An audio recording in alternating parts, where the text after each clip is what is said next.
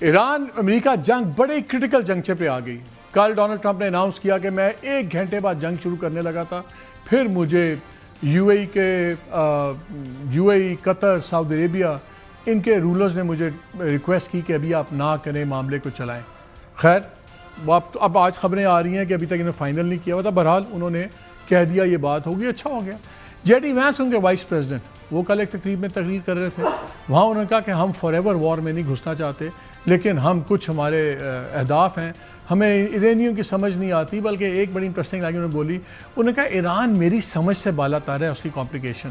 काश ये वो सबक डोनाल्ड ट्रंप को भी सिखा दें और नेतन्याहू को भी सिखा दें। फिर हमने देखा कि एक और बड़ी सीरियस डेवलपमेंट हुई। 3 दिन गुजार के आए मोहसिन नकवी अभी ईरान में, आज वो फिर दोबारा ही is rush to Iran clearly. और आज उनकी मीटिंग भी बड़ी इंपॉर्टेंट थी। आज पहले तो वो चीफ साहब से मिले थे, गालिब बाब साहब से मिले थे, प्रेसिडेंट साहब से मिले थे ईरान के। आज उनकी जनरल वाहिदी से भी मुलाकात हुई है, जो IRGC के कमांडर हैं। ये बड़ी ही क्रिटिकल इम्पॉर्टेंट है। ये मुलाकात इसलिए भी अहम है कि कल कोयटा में एक मुलाकात हुई, जब प्राइम मिनिस्टर भी वहाँ थे, फील्ड मार्शल भी कोयटा में थे, स्टाफ कॉलेज का फंक्शन था। तो मेरी इत्तला के मुताबिक मोहसिन नकवी साहब also was flown to Quetta. वहाँ पे भी बड़ी एक लंबी कोई स्ट्रेटेजिक मीटिंग हुई और आज उसके नतीजे में वो दोबारा ईरान में मौजूद है इस वक्त। हमने आपको पहले प्रोग्राम में भी कहा था कि मोहसिन नकवी क्यों बहुत इंपॉर्टेंट है इनका वहाँ पे होना। इसलिए नहीं कि इस मुल्क के इंटीरियर मिनिस्टर हैं, इसलिए कि इनको समझा जाता है कि ये बहुत ज़्यादा ट्रस्ट है इन पे फील्ड मार्शल का भी। तो इसलिए जो ये बात कन्वे करते हैं और स्पीड डायल पे हैं फील्ड मार्शल के साथ, तो उसका वज़न टोटली डिफरेंट हो जाता है जब कोई और वहाँ बात कर रहा होता है। And as we were discussing all this, Al Arabiya ने एक बड़ी धुआंधार सी खबर निकाली। उन्होंने अरबिक सोर्सेज को, अपने सोर्सेज को कोट करते हुए कहा है कि जी फिनिशिंग टचेस दी जा रही हैं एग्रीमेंट, टेक्स्ट के of an agreement between Washington and Tehran.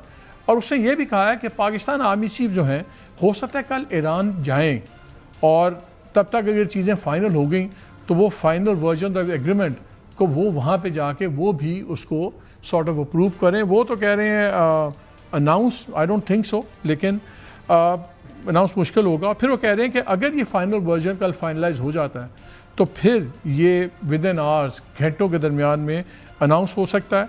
और फिर उसके बाद हम एक्सपेक्ट करें कि जो नया नेगोशिएशंस का राउंड है वो इस्लामाबाद में बहुत जल्द होगा। ये बड़ी इंटरेस्टिंग डेवलपमेंट्स है। क्लियरली मोहसिन नकवी अगर 4 दिनों में 3 दफ़ा जा रहे हैं तो there has to be something happening. फिर एक स्टोरी, आज इस्लामिक रिपब्लिक के जो गार्ड्स हैं IRGC के, बड़ी सख्त स्टेटमेंट्स आई हैं।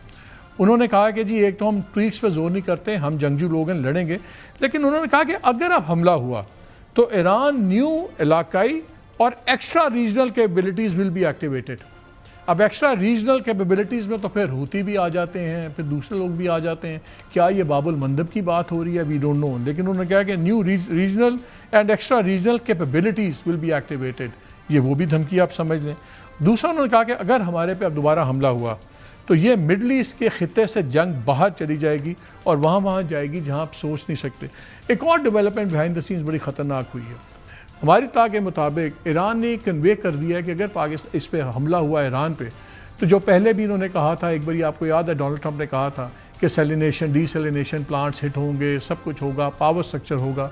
तो ईरान ने बड़ा कैटेगोरिकली बता दिया तमाम लोगों को कि अगर हमारे डीसेलिनेशन, ये जहाँ से आप पानी, आप खारे पानी को मीठा पानी बना के पीने के लिए इस्तेमाल करते हैं, उन प्लांट्स को डीसेलिनेशन है, सी वाटर दूसरा। तो उन्होंने कहा फिर हम खित्ते के डीसेलिनेशन प्लांट्स भी हिट करेंगे। इसका इम्पैक्ट क्या होगा? मैं सिंपली आपको 3 मुल्कों का बता देता हूँ। सऊदी अरेबिया बहरहाल ज़रा बेहतर हालत में। कतर अपनी पानी की ज़रूरियात का 61% जो है वो डीसेलिनेशन प्लांट से लेता है। बहरीन में जो पीने का पानी है वो 90% पानी डीसेलिनेशन प्लांट से आता है। कुवैत में पीने का 90% पानी डीसेलिनेशन प्लांट से आता है। UAE का करीबन जो 42-43% से ज़्यादा कहा जा रहा है, वो अनकन्फर्म डेटा है, वो पीने का पानी डीसेलिनेशन से आता है। बाकी मुल्कों का भी आप देख लें, ओमान, सब, सऊदी अरेबिया थोड़ी सी बेटर पोजीशन में है। अगर खुदा न खास्ते या डीसेलिनेशन प्लांट्स की जंग शुरू हो गई तो 4 दिनों में, 5 दिनों में इस खत्ते में पानी का कहर पड़ जाएगा। ये मामूली चीज़ नहीं है। दिस इज़ बिसाइड्स जो बाकी रिफाइनरी, ऑयल, सब कुछ। गेम चल रही है मिसट्रस्ट की। आज एक स्टोरी अजीब व गरीब निकाली, उन्होंने बताया कि न्यूयॉर्क टाइम्स ने कि जी ईरान इनका प्लान ये बना था कि जब हमला पहले दिन हुआ तो प्लान ये था कि अहमद निजाद के घर के बाहर जो चेक पोस्ट बनी हुई है, जो हाउस अरेस्ट में है फॉर्मर प्रेसिडेंट, उन लोगों को मार दिया जाए, खामेनेई साहब को भी मार दिया जाए, शहीद कर दिया जाए, और फिर अहमद निजाद को नया फ्रॉम विद इन एक लीडर बना दिया जाए।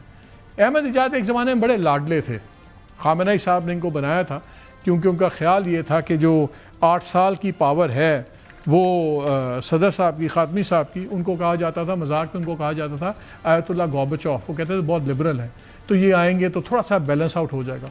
फिर 2011 में इन्होंने अपना इंटेलिजेंस मिनिस्टर फारिग कर दिया खामेनेई साहब से पूछे बगैर। उसके बाद झगड़ा शुरू हो गया, तो फिर उसके बाद he was on a downward slope. ये कभी ट्वीट कर देते हैं, कभी ट्रम्प की तारीफ, कभी किसी की, लेकिन ना इनको IRGC की सपोर्ट है, ना इनका ग्राउंड नेटवर्क है। तो अगर इस तरह के प्लान्स बना के इजराइल हमले कर रहा था तो फिर उसके नतीजे यही निकले थे। As we stand today, Donald Trump को वे आउट चाहिए। इतवार की रात को इनकी आधे घंटे से दोबारा बात हुई है नेतन्याहू से, और आपको याद है वो जो कैंट आदमी था जो इनका काउंटर टेररिज्म इंस्टीट्यूट का हेड था, जिसने रिज़ाइन किया था और बड़ा इशू बना था, उसने आज भी ट्वीट किया। उसने कहा कि इजराइल ने इस किस्म के बेहुदा प्लान बना के डोनाल्ड ट्रंप को कन्विंस कर दिया था कि हमारे पास प्लान है, रजीम चेंज का, जाएंगे हफ्ते में ये हो जाएगा, प्लान हो जाएगा, अहमद निजाद को हम बना देंगे नया सदर और नया लीडर, एवरीथिंग। अब ये जो है ना, एज वी स्पीक, अब इशू क्या है? मिसट्रस्ट का इशू है। अगले 48 घंटे बहुत इंपॉर्टेंट हैं और इसमें पाकिस्तान का रोल क्रिटिकल है। पुतिन भी इस वक्त चाइना में है। चाइना ने स्टेटमेंट दे दिया है कि जंग का रिवाइवल एब्सोल्युटली अनएक्सेप्टेबल है, ये नहीं होना चाहिए, टॉक्स के थ्रू करें। लगता है कुछ हो जाएगा इंशाल्लाह।